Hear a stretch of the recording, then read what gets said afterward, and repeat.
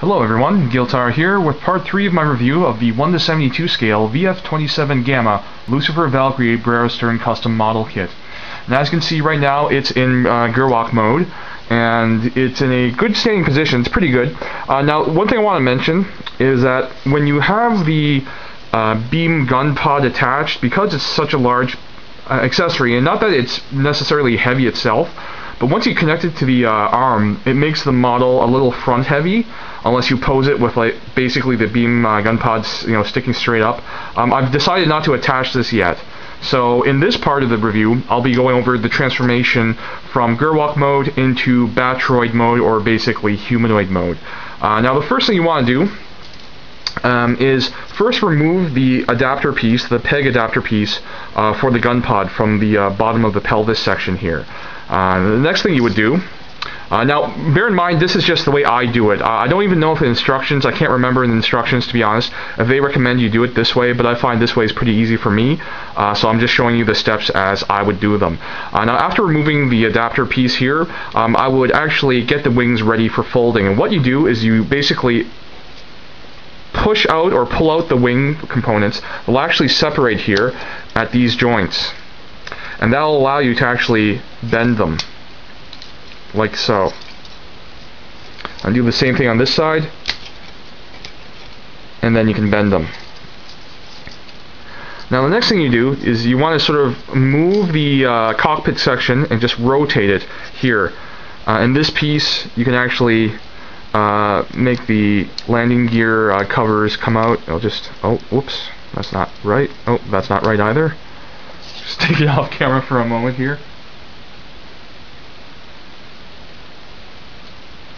Now the good thing about this model kit is that Bandai designed it with many parts that sort of clip on or peg into place, rather than have it sort of sealed in some way. And so what that happens, or what that allows to happen, is the parts that may necessarily come loose, instead of breaking or snapping, they actually just kind of fall off. So I've bent the cockpit section down so it's sort of folded over. And there's a couple of things you can do from this point. What I want to do first is really just sort of fold down the back or tail section of the body of the jet, just to get it partly out of the way. Right. Oh yeah, I forgot, you have to remove this support piece that I showed in part 2 for GERWALK mode. Well, I guess you don't have to, but you should before doing anything else. Otherwise this might snap or damage parts because it can get in the way. So I folded back the tail section here just to get it out of the way.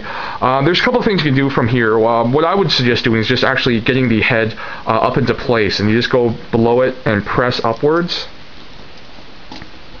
Or alternatively, you could push and pull at the same time here, and just get the head section up. And that's going to move some internal parts here, sort of the inner sort of neck and collarbone area structure, and just push it up, make sure it's firmly in place, and now you have the head on top of the shoulders. The next thing you could do is just fold back the cockpit section inside the torso. And actually it'll be easier for me to take it off camera for a moment to do this next bit. And again, we're dealing with many pieces of plastic that are moving almost simultaneously. You're basically dealing with a lot of shifting plastic.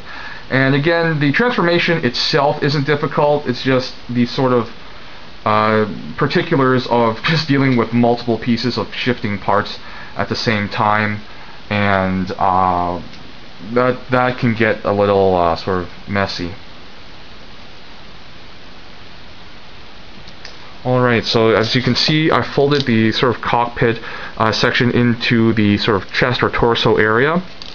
The next thing I would suggest doing is just sort of lining that up correctly, so it should be fairly deep within the torso, like this. Now the next part is a little trickier. You have this section here, the pelvis, which basically there's a part here where you just turn upwards and fold around. Now I want to point something out here. There's a plastic peg that tabs into a slot or a port up here.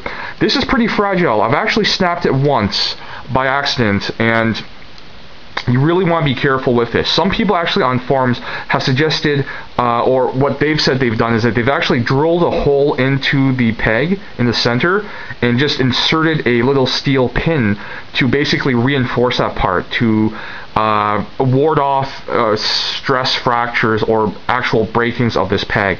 Now this is something I want to point out. There's a problem with this peg here, and the VF-25 model kits don't use a peg like this. They use a different shaped peg, but even that one apparently has some problems as well. So you're going to be really careful. You want to be very careful with this part here. Now what you're going to want to do is you're going to flip up this section, and at the same time you're going to rotate the legs around, and this is supposed to fold over. I apologize, it's hard to see and the leg just went off. That's okay, it just popped off the hinge. But you're basically folding this part back and then just rotating the legs as you do it. Now you're going to be very careful here because, again, you're moving with a lot of, you're dealing with a lot of moving parts, and there's really fine small pieces of plastic that can get in the way. So I'm going to go off camera to complete this rotation, and I'll be right back.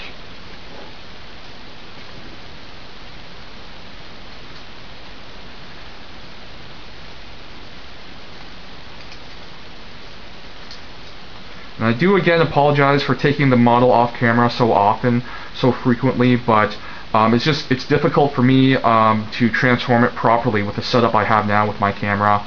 And with this model, I really would prefer not to have any more breakages of parts if I can prevent that from happening. Now,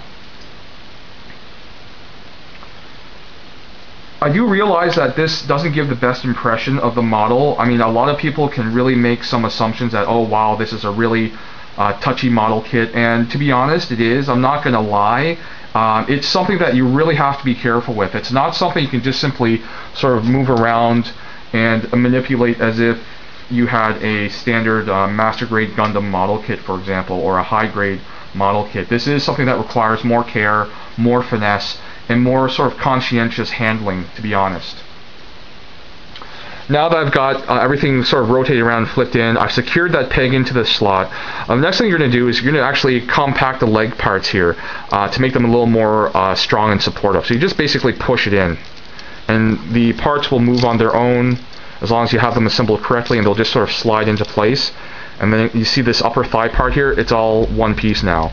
And then I'll do this here again with this leg. Move things out the way.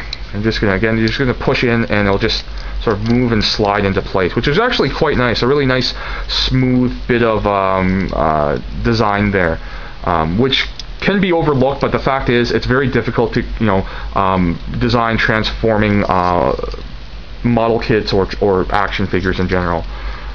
So this is basically Battroid mode. There are a few pieces I haven't attached yet. Like there is a piece on the front of the torso here.